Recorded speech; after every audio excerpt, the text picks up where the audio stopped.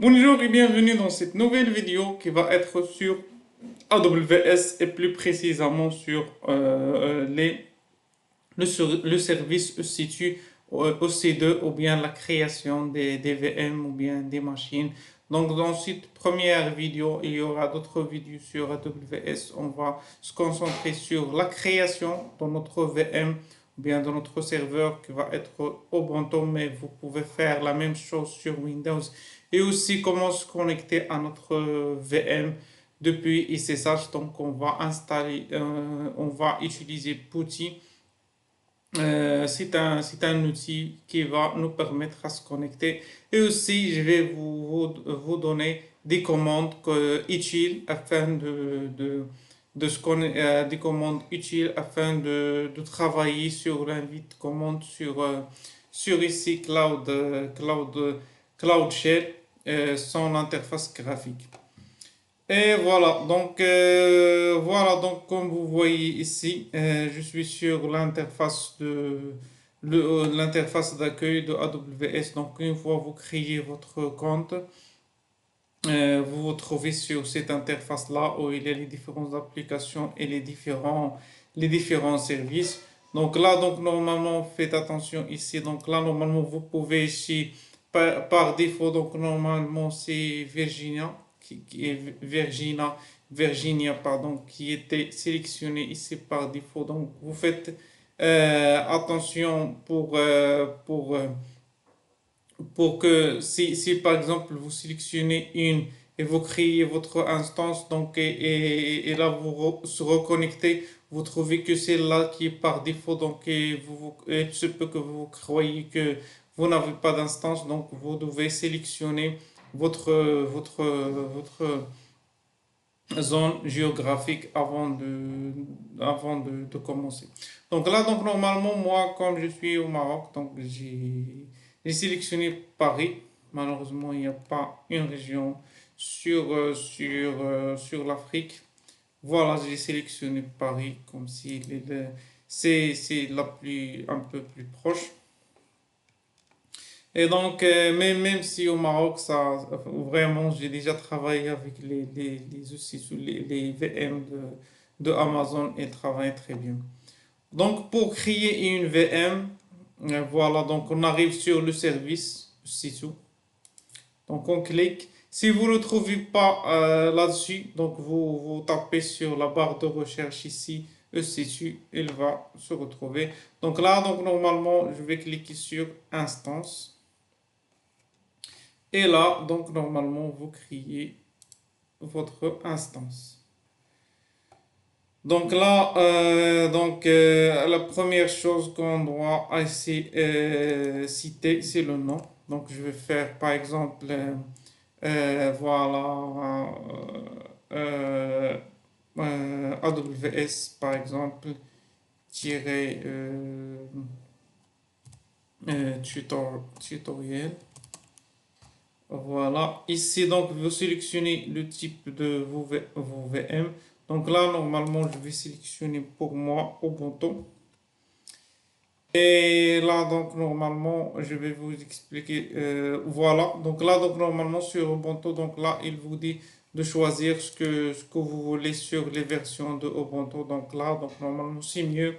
Voilà, de choisir la dernière version. Il y a 24, 22 et d'autres. Mais c'est mieux d'utiliser la dernière version. Donc je vais utiliser Ubuntu 24 qui est coché par défaut. Et voilà, donc je descends, je laisse ceux qui sont par défaut. Et là, donc normalement, on arrive à type d'instance. Donc là, donc normalement, vous devez un peu faire attention. AWS vous fournit un grand nombre de types d'instances. Vous voyez ici, il y a trop de types d'instances. Donc ça dépend vraiment de ce que vous voulez besoin. Par exemple, ici, par exemple, si i7 iflix large, 12 fois large, vous voyez combien de CPU là-dessus. Et par exemple, D3 large et combien il y a de CPU là-dessus. Donc, Ces noms-là, donc normalement, ces types-là, ils diffèrent de CPU et de mémoire qu'ils doivent être utilisés. Et aussi, pour vous donner une idée, donc là, normalement, si vous travaillez ou bien votre projet est dédié par exemple au test ou bien en dev, comme je voulais ici de faire, donc c'est mieux de faire les T small, micro et tout ça. Donc là, normalement, il nous donne free size eligible, c'est-à-dire on peut utiliser ce service-là en free. Donc vous voyez ici, il y a un seul CPU, un seul gigabyte. Donc c'est vraiment, on peut dire que light, mais c'est valable pour les trucs de test et tout. Donc T, c'est pour général, donc tu peux l'utiliser n'importe quoi. N'importe où. Le C, c'est pour les trucs qui demandent calcul. Si par exemple vous avez un service de computing où vous avez besoin de beaucoup de computing, beaucoup de calcul, là donc normalement vous utilisez C, comme par exemple sur machine learning ou bien un truc comme ça. Donc vous choisissez des types qui commencent avec C et puis vous choisissez donc ce qui vous convient côté CPU et côté mémoire. Pour test général, donc vous pouvez utiliser ce que vous voulez. Donc pour la prod, donc pour moi, donc vous trouvez qu'il y a beaucoup de services. Donc je descends. Ah ça, elle n'est pas. Donc pour moi, sur la prod, par exemple, pour une application, voilà, web, vous pouvez lancer, ou par exemple, vous voulez la lancer. Donc moi, j'utilise le T. Le T par exemple 5.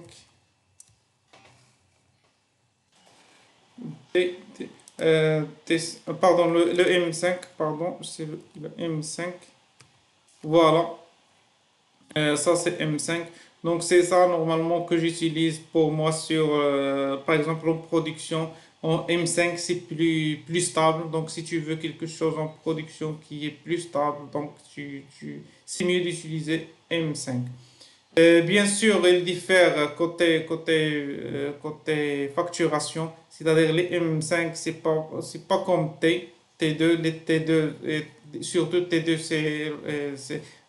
pour celle-là, elle est free, mais les autres, elles sont très basses.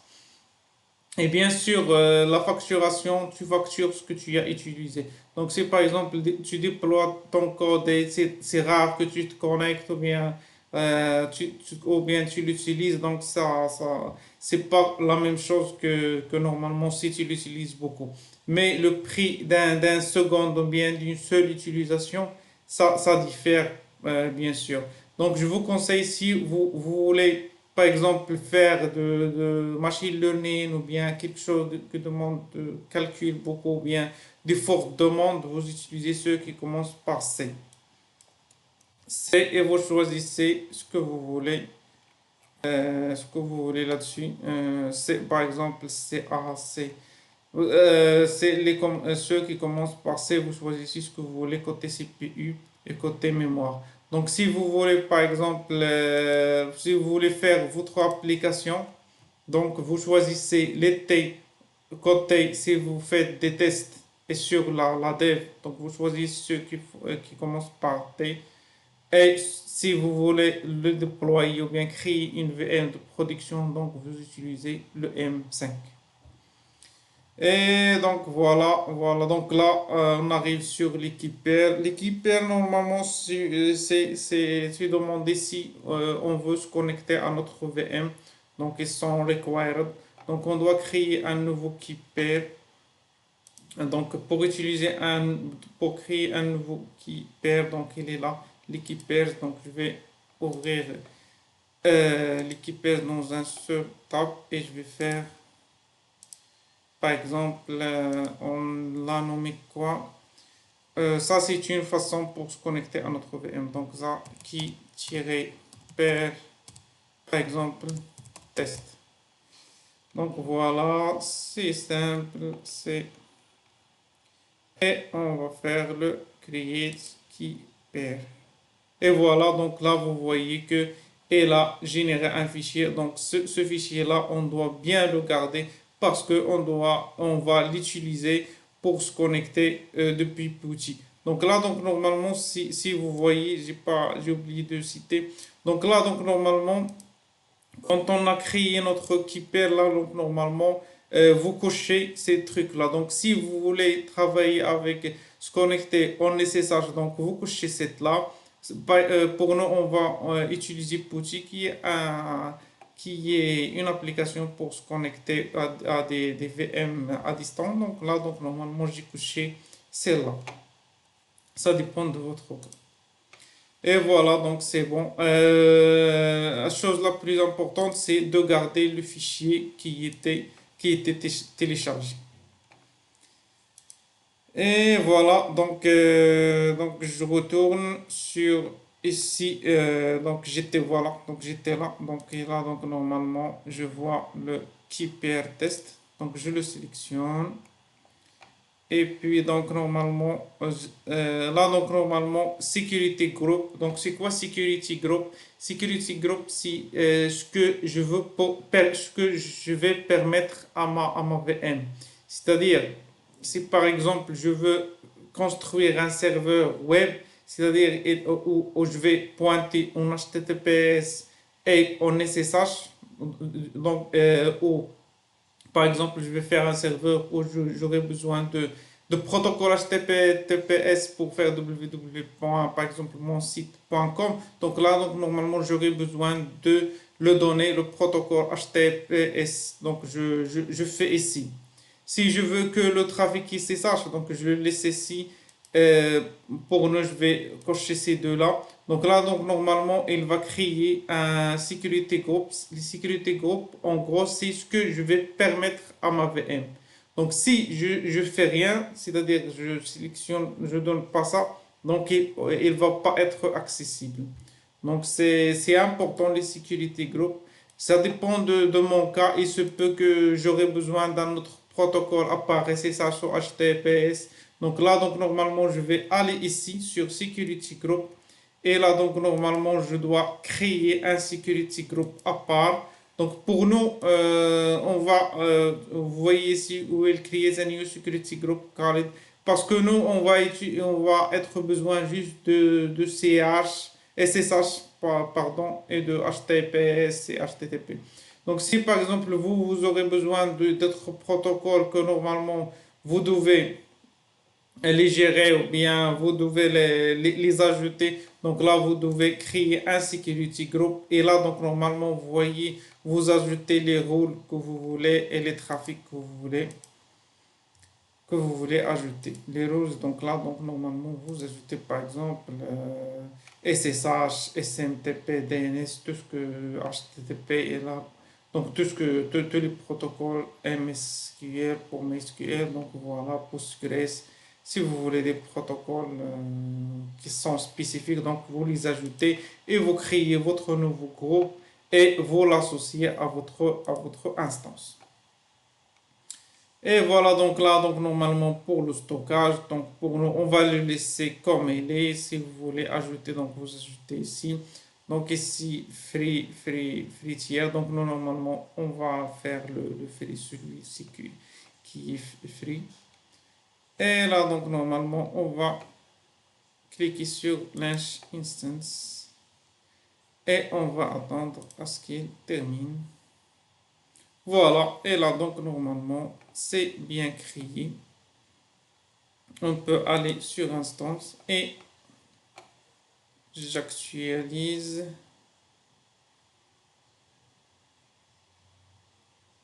Et là donc normalement AWS tutoriel, elle est en train de runner. Donc je vais attendre ici jusqu'à ce qu'il termine ici, initializing, afin que je puisse se connecter en SSH. Donc la deuxième partie, ça va être se connecter avec Putty en SSH à notre VM.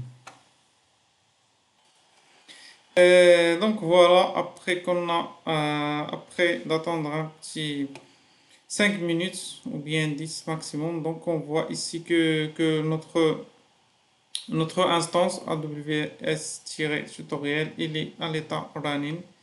Et ici, les deux checks ont été passés ici.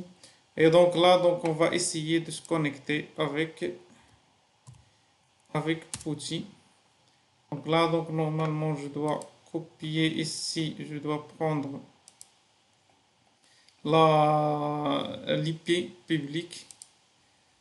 Donc par défaut, les VM créés avec, en Ubuntu donc arrivent par un utilisateur qui est Ubuntu. Donc on fait ici l'adresse IP publique afin de se connecter, le port 22. Donc on laisse ça comme ça. Et donc là, donc on va aller sur la connexion. Ici, SSH. On va cliquer sur Auth, Authorization, et on va cliquer sur Credentials. Et là, donc normalement, on va faire ici le browse. Et on va cliquer sur notre fichier qui était généré par l'équipe Peers. Donc on va faire ouvrir et ici Open. Et là, donc normalement, il va ouvrir notre instance. Donc là, on s'est connecté à notre instance qui est de Ubuntu, le site de AWS. On peut faire tout ce qu'on veut sur notre instance. Et voilà, voilà, donc on a terminé notre programme pour cette vidéo-là. J'espère que ça vous a plu et à très bientôt. Salut.